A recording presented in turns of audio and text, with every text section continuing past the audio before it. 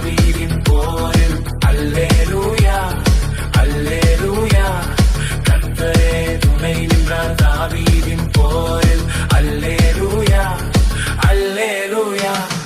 அசுர வீரன் கோலியாத் உயர்ந்து எழுந்து நின்றான் இரும்பு கவசம் உடல் இஸ்ரவேல் படை அஞ்சி ஓடினான்